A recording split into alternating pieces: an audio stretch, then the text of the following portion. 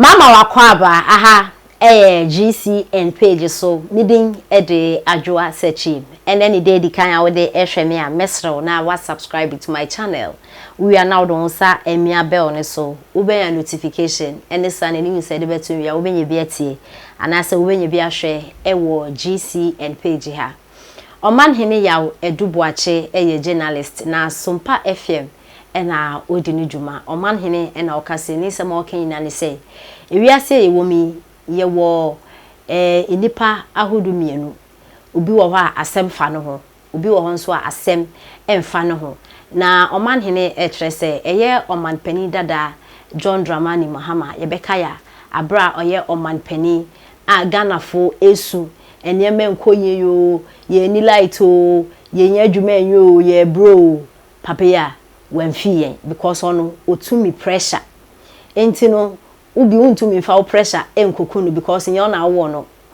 oman e na ohwe so keke enti ne ntumi fa ye pressure enkuno enti oman pani dada John Dramani Mahama ye ka say ye ni light also mu charge phone less oman ye nya adwuma yo comedian na NDC communicators no mo ka fachi ohwe na okomedo a pe baby tu na kotena baby a wo hwa ho beto kona kotena togo kura na woko ai no mo di film na je ehisem nkwa na obaka cha ye o manyimu e na ye share his excellency na Addo danko Akufo Addo Ganafo omo de pressure bebre egu papa no so asisi na Addo kura wu di onye ne ho na Addo nya kura ka we tu afiga na kotena baby o because pressure ne dosu eno no ma hene e kire se ye hwa na Ganafo nim se na Addo eye obi a oyo batan o wotima enti ye be hwa na say teachers omo e kire se omo pe cost of living alawa na Addo omo suye demonstration na no ho tete no ode amomo nurses say call demonstration teacher say doctor say call demonstration say koso ni na pressure Ganafo digu na Addo ina ne so ni na Addo ne so ina ne say Ganafo na ewogidi wo na Addo nim say na Addo betimi aye nti oba ya niama akoche kakra no kame akoye say Ganafo bebre na aye disappointed e wo na Addo nimu e na afen so omo aye disappointed no kra no omo nim say still na Addo e wa badaye nti enda na ye pesen ye che na Addo ye pesen ye na o man pende da John Mahama oh adai ono fi wu kra because untim emfa pressure emeku no enti no omahene e kire se Ganafo nim se na Addo e wotema e wodo enti na pressure bebrebe e kone so because omo nim se omo ka na Addo e be ne enti ensema omahene e de etudwa boss me dasi bi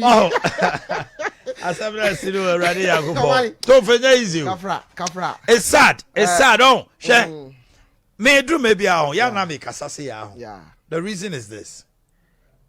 oba kola no ye be 10 years oko school name social e ba first second third fourth first second third fourth afi akra no ko be mfie 9 echi na the results ba who did 32 who did 24 something is wrong yes it's papa no nim say oba no betima dey obetima perform there was all the money be how the man it's the question no ubedi yaw say what is happening to and no na to MPP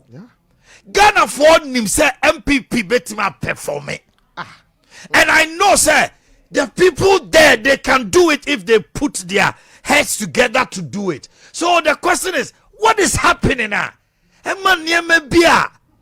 Easy, that's simple and who say MPP for betime yo mutumi nye. It's a question papa no any Ganafo any abreno here your president bi o ha. Edru maybe o mampani that John Dramani Mahama na Ganafo you many man. Yeah, say o kan o mfi unti na wo say edru maybe na Ganafo o mo ha o mo kwa demonstration. Davi. Because ukaka say we mfita wa yinani. But na Addo pressure kono so nyina ni say omunim so wa badaye. O tema. That is the difference. I don't know, man. Only almost say civil society for no almost chinana, we chino, because I quite to say, Omo who say, Omu pushi or baby. Omo mi bisa say, I didn't necessary. Sad. Oman hene Tofia kwa any mpanyimfo akatena se adenti na sese Oman hene Tofia kwa any mpanyimfo akatena se bibi koso wosompa ye twen se si wo na emeka Oman na mfaso be pa na wo yeso ohun edrubre bi a abusia na se na yeso ni mfaso ofia yenka no kora nkyere ye ho Oman on say ye no politics ndi enimu an say afia so 4 years na ba na Oman yakoto aba Oman me pesa me kan pain say se Ghana for pa betia Oman yempe bi mama wakwa ti se Canada Japan no me di Oman so 4 years man Oman true me politics no Oman enimu bibia de but me se Canada Japan se me wo bibia metima ye de aboa no e wo ne campaign mu a me Oman I'm telling you because say nipa we no obeti sankrofo we nkomo no ase yie esene omo a omo sie ye communication hwan omo a sie ye lawyers omo a sie ye sua hwan no because Oman eniema e koso no me yonko ba kon Kwame Asare anopai me ba me ne no kasa utim se odi ya wonu mu kwan a GRA4 di omo fa so na on say eye sense no Oman enkrofo a aka omo no omo ye adwuma no fa ne se nenka ebia nipa oyi niam ama obi nipa no be dashe no ebia 2 series bi 3 series bi obeka bom your friend local economy yes and for 3 days 4 days say Asare antimi ama ne nkrofo amie shop anye sa de say o micro economy or macro Oman obre no ko yeni nkomo na anopa isima be num enan bi but anopa so me yi Ghana maya sutire efa sompa chede okay sompa chede fiada nyame ya adoma e be damage ye be launch na yeah. But my father would not also go that low to that picketry attitude, you know. And so, but when you respect, you know, and they accept you so your age number is on your side, so we cannot pay our culture and how we were brought up and trained, you know, bring any negative behavior against you. But we can hardly look into your eyes and tell you, say, Kasana kind of Papa Penin is our Kasasa. We are Penin, say, baby, what do not Kasa with hardcore evidence. O dike me beza me kachira wo se wukurom wo ankafuo na wo kwaji asase a wo kwaji ye twade ma wo so de do ankafuo no wukurom wo dike the land is still in your name and so galamse kwaso wo so o dike be yu ho ano akwasi ade o dike me se wukurom ho ankafuo na eda ho na ne ye yeso galamse asase no ye wo de a wo kwaji ye so wo yeso ankafuo o dike be yu ho ano na wonamo biebie wano kasa jenjenjenje wano de da fom kakra obedinti odikenka ba bia nyame hira wo kodu ye no wo ma fom ne mprako mbedidi odike mesi ba bia nyame peja wo kodu ye no eni kwa sa wo ne mprako ebedidi dabi nyame peja wo entinka wo kasa anka mudro wom.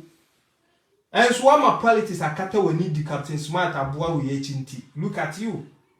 O kasa ne bon wo ankafu a wo kwaji ye wo krom. So asase so de bedo anka no. And next asase no ye kwaso a galam say kwaso wo so. Still e wo odi odike be you ho ano. Ukọ etifi ko hunu nsuo. Wada no hu dua broni abegina abeka se nsuo no hwan ne ho no ebe bobobbo na adodin asema okotena ho kaye no ye kasa democracy no it all means kan wadwen nyansam democracy no say kan wadwen wajimi mo democracy means kire wadwen nyansam because they are defining this ama on say in as much as democracy ma kwan say kan yo pe bia no kai say sa democracy na ma obi so kwan say ombo ni din ehun ban and the meme tena ha some American. It is my democratic right. Say me to be trans social media account or the kefa video say come and prove to me at the law court or boni di by, and he knows very well that I can prove to him.